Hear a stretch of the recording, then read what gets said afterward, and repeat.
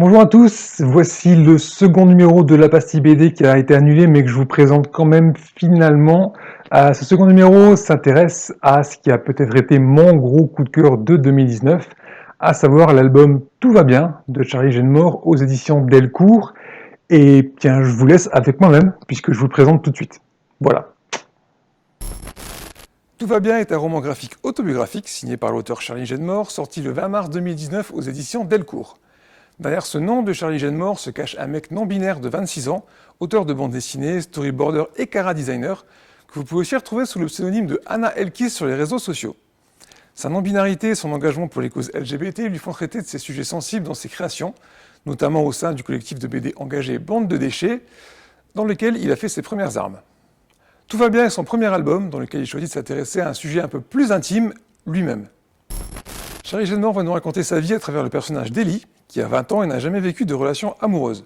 Ce n'est pas qu'elle s'y refuse, c'est simplement qu'elle ne ressent pas le truc, qu'elle n'arrive pas à tomber amoureuse, à sentir ce lien spécial avec quelqu'un.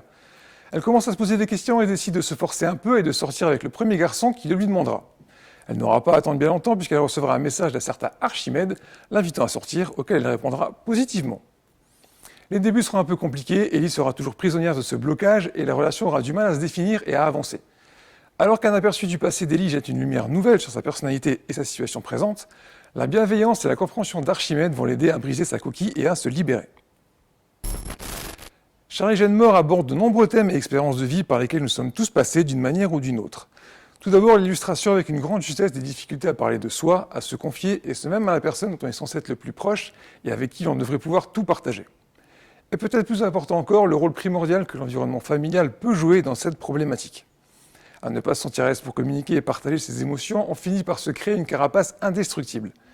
La seule solution pour la briser est peut-être alors de rencontrer la bonne personne. Mais ça ne se fera pas tout seul pour autant, cela demande beaucoup d'efforts et de prendre des risques. Ellie va s'y essayer avec toute sa fragilité et sa maladresse. On parle d'amour aussi, les premiers émois, les premières relations sérieuses, la découverte de la sexualité et de soi-même. Ce roman graphique aborde les relations sexuelles de très belle et sobre manière, comme on le voit trop peu, et nous montre qu'en la matière, il n'y a pas de règles, pas de quotas, pas de normalité, chaque relation détient sa propre vérité.